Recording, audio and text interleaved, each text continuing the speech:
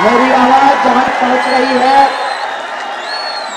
जाले के और आसपास के इलाके से आए हुए आप तमाम आदरणीय बुजुर्गों का, माताओं बहनों का, किसान मजदूर भाइयों का, मेहनत मजदूरी करके, नौकरी करके, बिजनेस करके, मेहनत करके अपने परिवार का भरण पोषण करने वाले आप तमाम मेहनत कश आवाम का, साथी नौजवान का, प्यारे बच्चों का, मीडिया के दोस्तों का, मंच पे बैठे हुए सभी आदरणीय अतिथियों का और प्रशासन के लोगों का मैं क्रांतिकारी इस्तकबाल करता हूं। आपको जय भीम और लाल सलाम पेश करता हूं।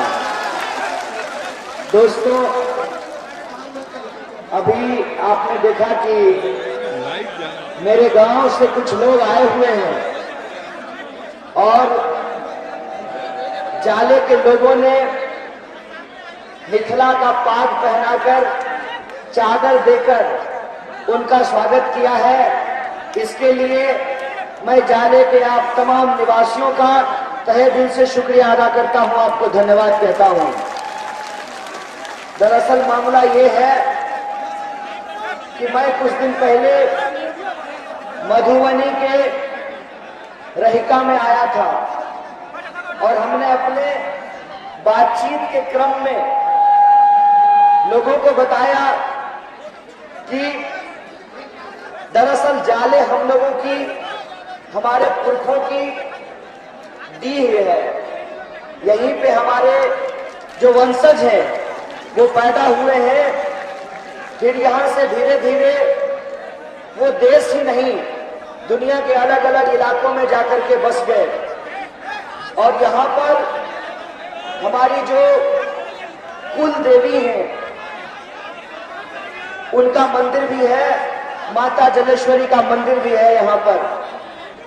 यह बात जब जाले के लोगों को पता लगा तो जाले के लोगों ने कहा कि आपको अपने डीह पर आना पड़ेगा और जाले में हम आपका कार्यक्रम कराना चाहते हैं। इस बात की जानकारी जब हमारे गांव को लोगों को लगी कि जाले में हमारा कार्यक्रम होने वाला है, हमारे गांव से लोग चल करके आए हैं, मंदिर भी गए हैं और झोला में यहां से एक कोबा मिट्टी भी अपने साथ ले जाएंगे, अपने गांव को लेके जाएंगे। असल इस देश का इतिहास बड़ा गजब का इतिहास है। इस देश का इतिहास ऐसा है कि दुनिया के किसी भी हिस्से से कोई यहां आया हो वो यहीं का होकर रह जाता है और यहां से लोग दुनिया के किसी भी हिस्से में चले गए हो लेकिन यहाँ की मिट्टी की सुगंध को वो भूल नहीं पाता है। ये इस देश की खासियत है। जाले के लोगों ने जिस तरीके से हमारे गांव के लोगों का और हमारा अभिनंदन किया है, मैं समझता हूं कि जिंदगी भर मैं ये बात नहीं भूल पाऊंगा, हमेशा ये बात याद रखूंगा। और सिर्फ जाले के लोगों ने हमारा स्वागत ही नहीं किया है बल्कि हमारी दाढ़ी थोड़ी तमीज में नहीं थी तो हमारा रूप रंग भी थोड़ा बदल दिया है। मैं शब्दों में आप तमाम लोगों की जो मोहब्बत मिली है, जो प्यार मिला है, जो आशीर्वाद मिला है, जो दुआ मिली है, मैं उसको बता नहीं सकता हूं। लेकिन मैं इतना जरूर आपसे कहना चाहता हूं कि आपने हमारी पुरखों की पहचान को बचाकर रखी है। इस बात के लिए आजीवन मैं आपका एहसानमंद रहूंगा, आपका शुक्रिया अदा करूंगा। दोस्तों, जैसा कि आपको हमारे जत्था के साथियों ने आकर बताया कि हम लोग एक यात्रा पे निकले हैं जिस यात्रा का नाम है जन गण मन यात्रा। इस यात्रा की शुरुआत 30 जनवरी को, 30 जनवरी जिस दिन गोडसे ने बापू की हत्या की थी, जो बापू का बलिदान दिवस है, उस दिन बापू की कर्म भूमि चंपारण से भितहरवा में जो बापू धाम है, वहां से ये जनगण मन यात्रा शुरू हुई है और ये विभिन्न जिलों में होते हुए आने वाली 29 फरवरी को पटना के गांधी मैदान में पहुंचेगा, जो देश बचाओ नागरिकता बचाओ रैली के रूप में परिवर्तित हो जाएगा। जिस तरीके से आज देश के भीतर देश की आजादी और देश के संविधान के ऊपर हमला है, तो इस पूरी यात्रा का नारा है हमारा देश हमारा संविधान, बापू धाम से गांधी मैदान, ये इस यात्रा का नारा है। और अलग अलग जिलों में आप अंदाजा लगाइए, ये दरभंगा जिला का, मधुबनी जिला का, चंपारण जिला का हेडक्वार्टर का सवाल नहीं है। छोटे छोटे ब्लॉक में भी हजारों की संख्या में लोग आ रहे हैं और आपकी जो ये उपस्थिति है, ये उपस्थिति हमको इस बात का हिम्मत देता है कि बिहार की इस क्रांतिकारी धरती से, मिथिला की इस पावन भूमि से, इस देश की सरकार को हम बताना चाहते हैं कि राम के नाम पर नाथूराम की राजनीति इस देश में हम नहीं चलने देंगे। हम उनको कहना चाहते हैं कि ये भारत है, भारत का अपना इतिहास है, भारत की अपनी संस्कृति है। भारत का इतिहास, भारत की संस्कृति ये है कि यहां अलग अलग धर्म और जाति के लोग सदियों से एक साथ रहते आए हैं। ऐसा होता है कि रसोई घर में बर्तन आपस में खनखनाता है, आपस में टकराता है, लेकिन इसका यह मतलब नहीं है कि कोई पार्टी, कोई विचारधारा हमारे देश को बांटने की साजिश करने लगे। तो मैं उनको कहना चाहता हूं कि तुम्हारी उस जमाने में भी 1947 में भी कोई हिंदू बचाने की बात कर रहा था, कोई मुसलमान बचाने की बात कर रहा था। इस धर्म की राजनीति ने इस देश का बंटवारा एक बार 47 में किया है, ये 2020 है। मैं धर्म की राजनीति करने वाले लोगों को चुनौती देना चाहता हूं कि एक बार ये देश बटा है, दोबारा धर्म के नाम पे ये देश नहीं बटने देंगे। बोलिए, आप ये संकल्प लेते हैं कि नहीं लेते हैं? क्या इस देश को कोई धर्म के नाम पे बांट सकता है? अगर जो बांटेगा उसके साथ हम क्या करेंगे? उसके साथ हम वही करेंगे जो इस देश के लोगों ने अंग्रेजों के साथ किया था। अंग्रेजों ने हमारे साथ कौन सी साजिश रची? अंग्रेजों ने हमारे साथ फूट डालो राज करो की नीति अपनाई। हिंदुओं के मंदिरों में गाय का मांस फिकवाया, मुसलमानों के मस्जिदों में सूअर का मांस फिकवाया और हिंदुओं और मुसलमानों के आपस में लड़ा करके इस देश का बंटवारा किया। जबकि गांधी कहते थे, रघुपति राघव राजा राम, पतित पावन सीताराम, ईश्वर अल्लाह तेरो नाम, सबको सन्मति दे भगवान। ये जो नए अंग्रेज हैं, जो गोरों के साथ बैठ करके चाय पे चर्चा करते थे, आज अंग्रेजों की नीति अपनाकर, फूट डालो राज करो की नीति अपनाकर इस देश को बांटने की साजिश कर रहे हैं। बोलिए, आप देश बंटने देंगे क्या? तो अगर हम देश नहीं बंटने देंगे तो हम तमाम लोगों को अपना हाथ उठाकर, मुट्ठी तानकर इस सरकार को सामने एक चुनौती भरना पड़ेगा और सरकार को कहना पड़ेगा कि यह सरकार, अगर तुम अंग्रेज बनने के लिए तैयार हो तो हम अशफाकुल्लाह खान और राम प्रसाद बिस्मिल की तरह फांसी पर चढ़ने के लिए तैयार हैं। इनको यह कहना पड़ेगा कि तुम्हारी साजिश इस देश के नौजवान समझने लगे हैं।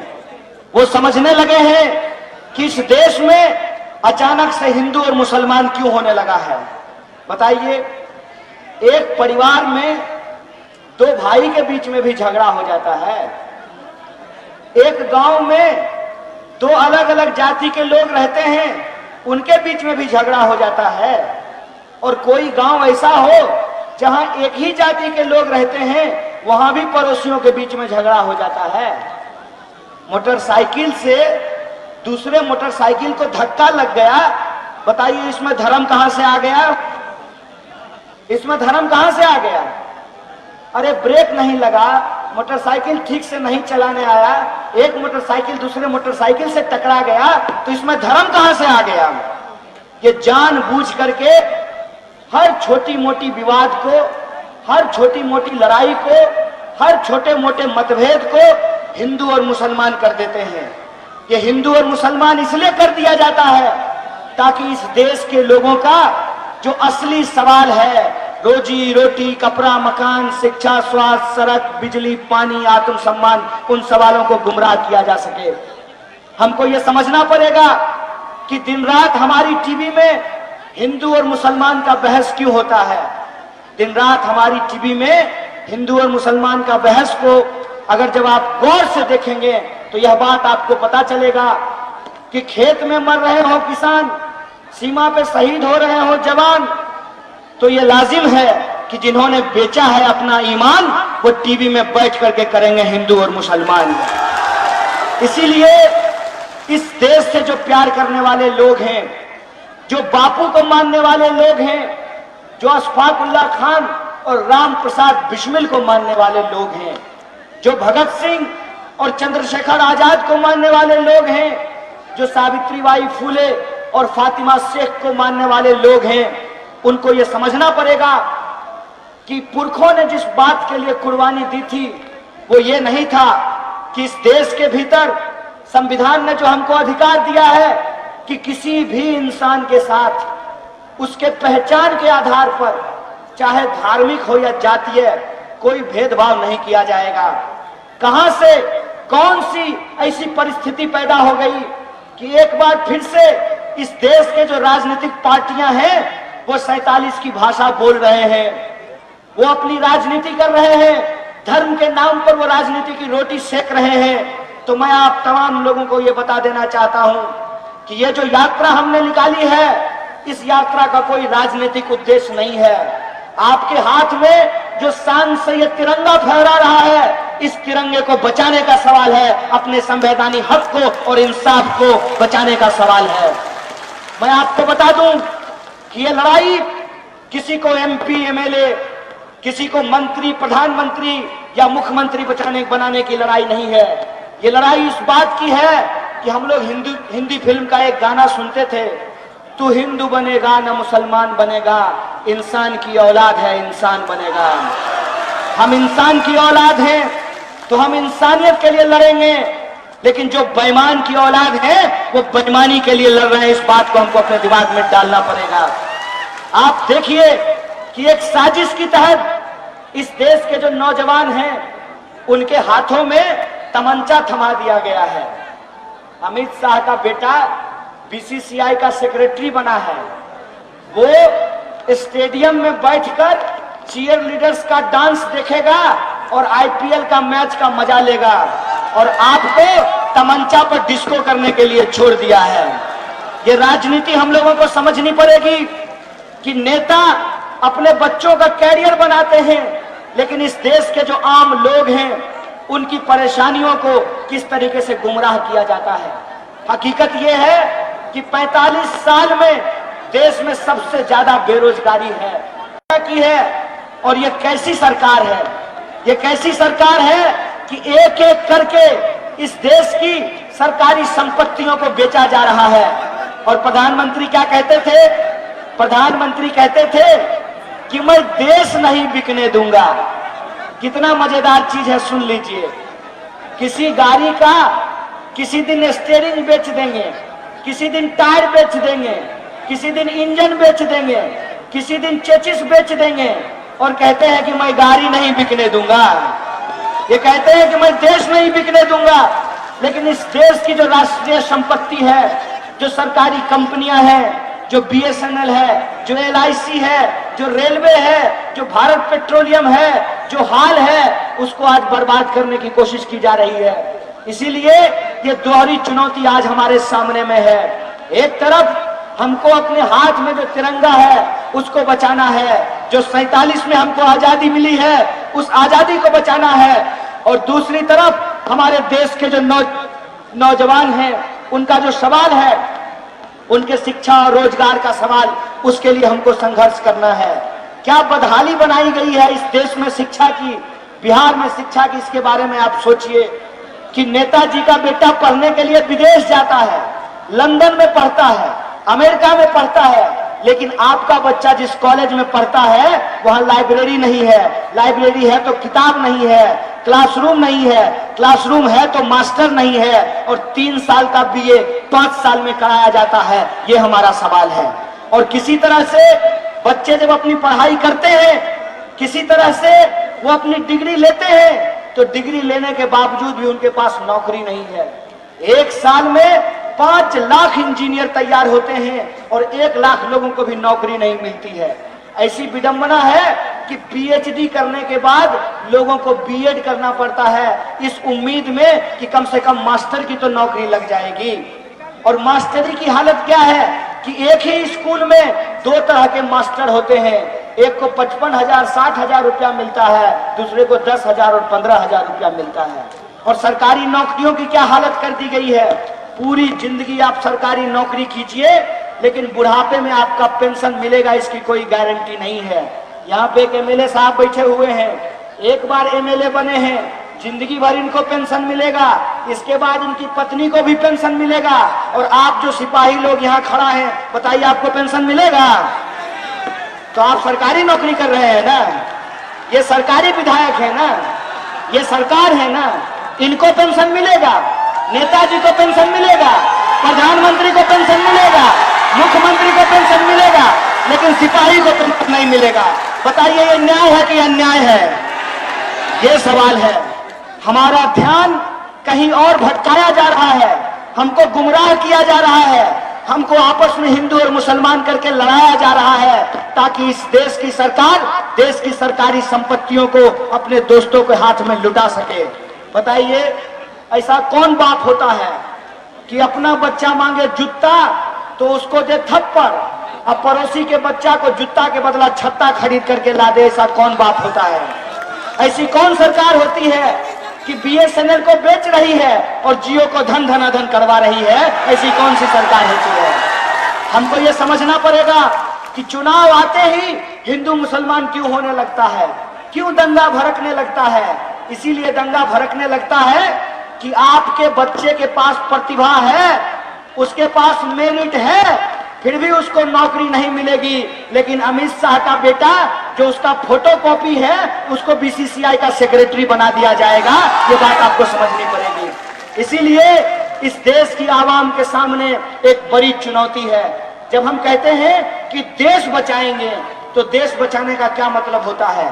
देश बचाने का मतलब होता है कि हम देश के लोगों को बचाएंगे। बोलिए आप अपने आप को बचाएंगे कि नहीं बचाएंगे? आप अपने बच्चों के हक के लिए लड़ेंगे कि नहीं लड़ेंगे?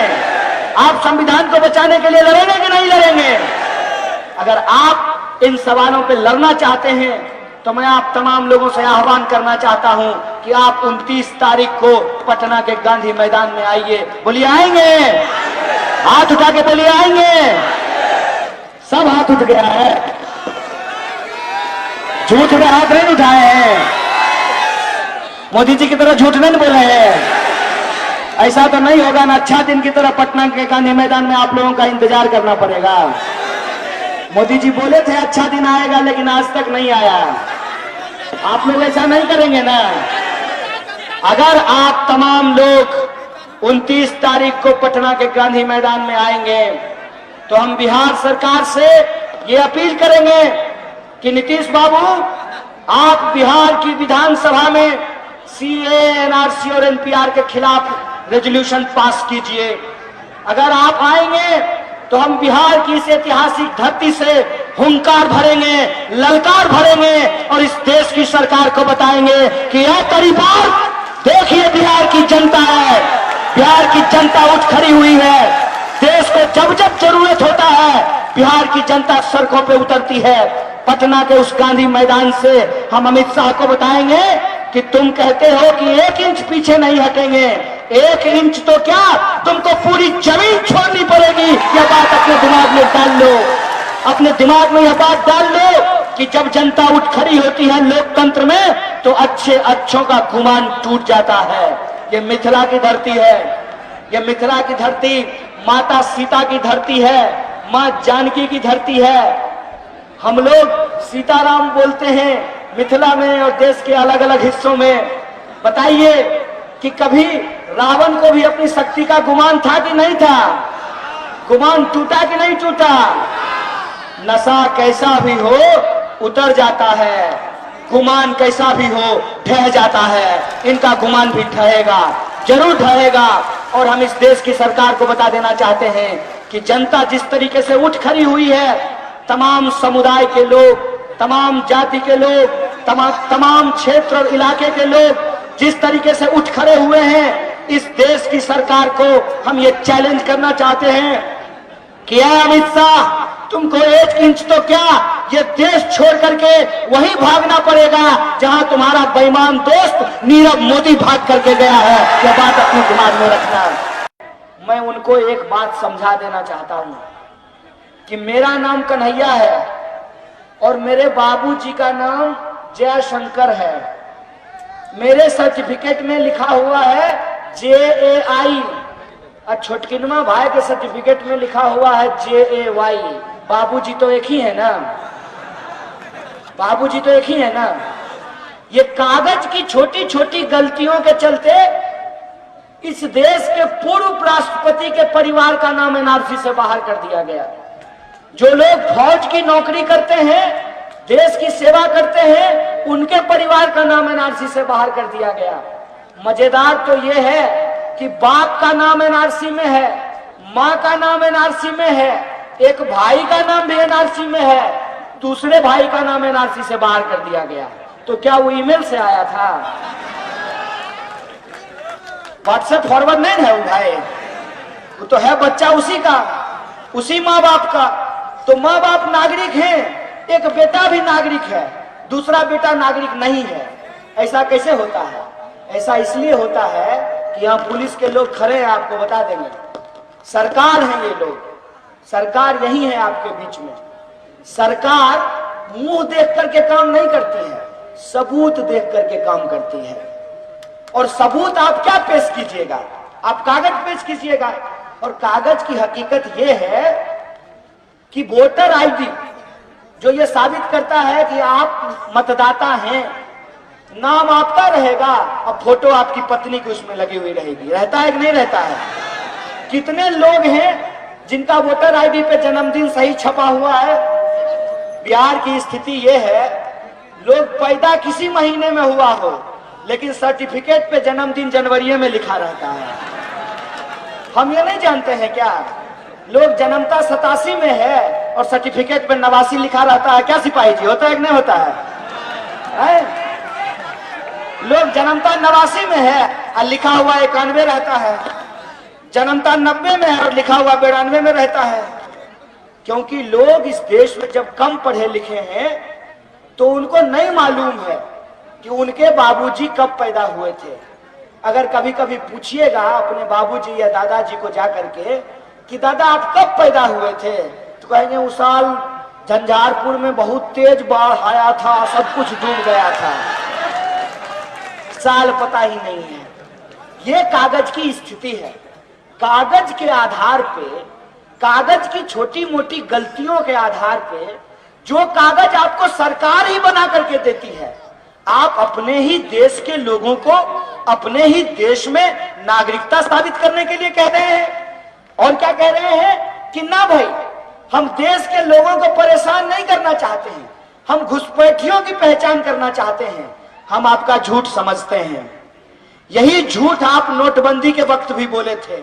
नोटबंदी के वक्त आपने क्या कहा था कि परेशान मत होइए, 50 दिन का बात है, लाइन में लग जाइए, 500 और 1000 का नोट बदल दीजिए, काला धन वापस आ जाएगा, आतंकवाद रुक जाएगी। आया काला धन वापस? रुका आतंकवाद? रुका नक्सलवाद? तो ये झूठ बोला गया। फिर ये झूठ बोला जा रहा है कि घुसपैठियों की पहचान करेंगे। अपने दिमाग में डाल लीजिए ये कोई घुसपैठियों की पहचान नहीं करना चाहते हैं। ये घुसपैठियों की पहचान नहीं, बल्कि हिंदू और मुसलमान की राजनीति का एक नया एजेंडा है। इसको बात अपने दिमाग में डाल लीजिए, अपने दिमाग में डाल लीजिए कि ये अपने ही देश के नागरिकों को नागरिकता का इम्तिहान लेना चाहते हैं। जब सरकार अपनी परीक्षा में फेल हो गई है, आपके बच्चों को हर साल 2 करोड़ नौकरी देने में फेल हो गई है, किसानों को उनके फसल का दाम दोगुना करने में फेल हो गई है, महिलाओं के ऊपर होने वाला अत्याचार रोकने में फेल हो गई है, और इस देश में आपके खाते में 15 लाख आप पहुंचाने में फेल हो गई है, तो ये आपसे आपका कागज मांग रही है और आपको आपका नागरिकता का इम्तिहान देने के लिए कह रही है। और ये बात समझ लीजिए कि ये जो लोग कह रहे हैं ना कि मियाँ जी को ठीक करने के लिए लाया गया है, एक भाजपाई दोस्त हमारे पास आया और बोला कि तुमको क्या दिक्कत है, तुम्हारा तो नाम कन्हैया है। हम बोले इसीलिए दिक्कत है, इसलिए दिक्कत है कि इस देश में एक समुदाय को आप डरा रहे हैं, बहुत दिन से डरा रहे हैं। वो लोग डर से कागज भी बनवा रहे हैं, लेकिन तुम लोग जो बहुत सीना चौड़ा करके घूम रहे हो ना, तो तुमको सबसे ज्यादा परेशानी होने वाली है।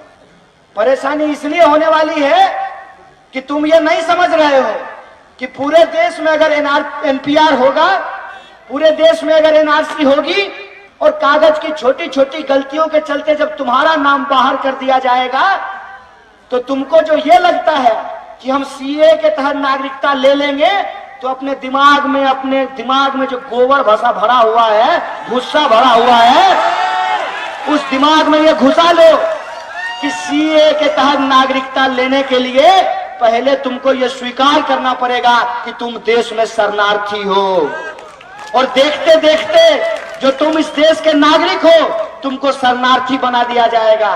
और जब शरणार्थी बन जाओगे तो ये जो पुश्तैनी जमीन है, ये जो हम लोग, हमारे गांव के लोग आकर के कह रहे थे कि जाले डीह में पैदा हुए हैं, जाले हमारा डीह है, तो आप अंदाजा लगाइए कि जो पुश्तैनी जमीन है, जो पुश्तैनी घर है, उसका कागज आप 1947 के बाद का कैसे दिखाइएगा? बात हमको जरा समझ करके बताइए। ये सोच करके आप हमको बताइए कि इस देश के जो गरीब लोग हैं, जो कम पढ़े लिखे लोग हैं, जो भूमिहीन लोग हैं, उनको जो पर्चा मिला है, उनको जो बासगीत का जमीन मिला है, वो पर्चा उनको बाद में मिला है। वो कैसे ये साबित करेंगे कि वो पाकिस्तान से मार खा करके आए हैं, इसीलिए उनको सीए के तहत नागरिकता दे दी जाए?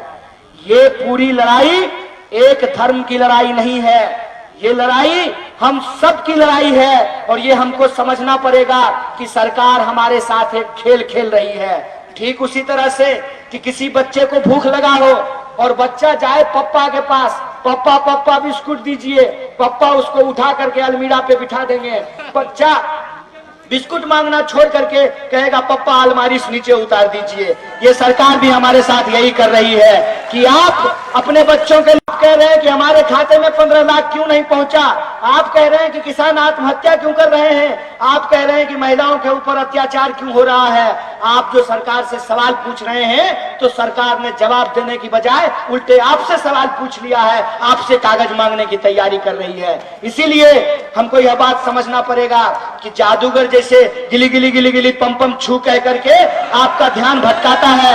आपको अपना ध्यान नहीं भटकाना है, आपको अपने सवालों पे ध्यान टिका करके रहना है। और ये जो पूरी लड़ाई है, इसमें 2 चुनौती है। पहली चुनौती यह है कि यह देश का संविधान किसी भी इंसान के साथ इस बात पे कोई भेदभाव नहीं करता है कि वो मंदिर जाता है कि मस्जिद जाता है, वो नमाज पढ़ता है कि पूजा करता है, वो टीका लगाता है कि टोपी लगाता है, इस बात का कोई भेदभाव नहीं करता है। तो एक तरफ आपको तिरंगा और संविधान बचाना है, और दूसरी तरफ जो आपके बच्चे हैं उसका भविष्य और आने वाली पीढ़ी के लिए यह देश बचा करके रखना है। ये दोनों लड़ाई आपको एक साथ लड़नी है। बोलिए, लड़ेंगे कि नहीं लड़ेंगे? तो गांधी के रास्ते लड़ेंगे कि गोडसे के रास्ते लड़ेंगे? तो गांधी के रास्ते लड़ेंगे। तो 2 बात को अपने दिमाग में रख लीजिए। गांधी जी जब चंपारण में आंदोलन शुरू किए थे, तो उनको नहीं मालूम था कि देश को आजादी कब मिलेगी। अंग्रेजों के खिलाफ उन्होंने असहयोग किया था, हमको भी सरकार की जो यह संविधान विरोधी गतिविधि है उसके खिलाफ असहयोग करना पड़ेगा। बोलिए करेंगे कि नहीं करेंगे? तो आपके मन में यह संकल्प लेना पड़ेगा, ये सरकार को कहना पड़ेगा कि यह सरकार, अगर तुम हमको नागरिक नहीं मानते तो हम तुमको सरकार नहीं मानते हैं, ये हमको कहना पड़ेगा। और फिर भी अगर ये नहीं समझते हैं, फिर भी इनको अगर अकल नहीं आती है, तब इनके लिए हमको अगला रास्ता अपनाना पड़ेगा। जैसे गांधी जी ने नमक कानून के खिलाफ सभी ने अवज्ञा किया था, हमको भी एनपीआर, एनआरसी और सीए के खिलाफ सभी ने अवज्ञा करना पड़ेगा। बोलिए करेंगे कि नहीं करेंगे? और एक बात जान लीजिए, यह संविधान आपको हाँ कहने की और ना कहने की पूरी इजाजत देता है। कोई अगर आपके घर में आकर के एनपीआर करने के लिए आए और कहे कि नहीं नहीं हम तो जनगणना करने के लिए आए हैं, तो उसको कहिएगा सुनो, ये ठीक बात है कि हमारे पास तुम्हारे इतना काबिल दिमाग नहीं है, ये ठीक बात है कि हम गरीब हैं, लेकिन तुम्हारी तरह अपना ईमान नहीं बेच दिए हैं। जनगणना 2021 में होगा, जनगणना 2020 में नहीं होगी। 2020 में जो होगा वो एनपीआर होगा। और एनपीआर के बारे में आप जान लीजिए, एनपीआर ही वो मुर्गी है जिससे एनआरसी का अंडा निकलने वाला है, या यूं समझ लीजिए एनपीआर ही वो अंडा है जिससे एनआरसी का चूजा निकलने वाला है। हम लोग इस बहस में नहीं जाएंगे कि पहले मुर्गी आया कि अंडा, पहले एनआरसी होगा कि एनपीआर, हम इस बहस में नहीं जाएंगे। हम अपने दिमाग में ये क्लियर रखेंगे, चाहे मुर्गी हो या अंडा, ऑमलेट बनाना हो या चिकन, प्याज तो खरीदना पड़ेगा ना। प्याज 200 रुपये किलो बिक रहा है। इसीलिए जो कोई आपके घर में एनपीआर करने के लिए आए तो आप अपने घर के बाहर लिख करके रखिए, ओ एनपीआर कल आना, साथ में 15 लाख रुपया लेकर के आना, वरना मत आना। यह संकल्प आपको लेना पड़ेगा। और इसी संकल्प को दोहराने के लिए पूरे बिहार की जनता को एकजुट करके यह सरकार को बताने के लिए कि यह सरकार, या तो तुम रेजोल्यूशन पास करो, अगर रेजोल्यूशन पास नहीं करोगे तो इस कालू कानून के खिलाफ हम अवज्ञा करेंगे, सभी ने अवज्ञा करेंगे। संविधान को मानते हुए, अपने संवैधानिक हक का इस्तेमाल करते हुए, don't be silent, don't be violent के रास्ते पे चलते हुए इस कानून को हराएंगे। बोलिए हराएंगे कि नहीं हराएंगे? तो इस लड़ाई में हमको मजबूती से खड़ा होना है, अपने संविधान को बचाने के लिए, अपने हक के लिए और अपने आने वाली पीढ़ी के भविष्य के लिए। इसी आशा और विश्वास के साथ जब जनता एकजुट होकर के लड़ती है तो हर लड़ाई को जीती जाती है। ये लड़ाई हम जरूर जीतेंगे, जरूर जीतेंगे। शुक्रिया। इनकलाब जिंदाबाद, हमारी एकता जिंदाबाद।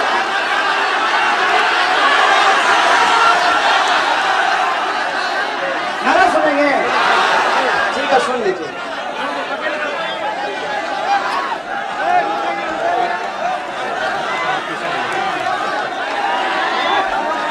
नारा के बारे में जान लीजिए, हम लोग आजादी पसंद लोग हैं। आप लोग आजादी पसंद लोग हैं कि गुलामी पसंद लोग? आजादी पसंद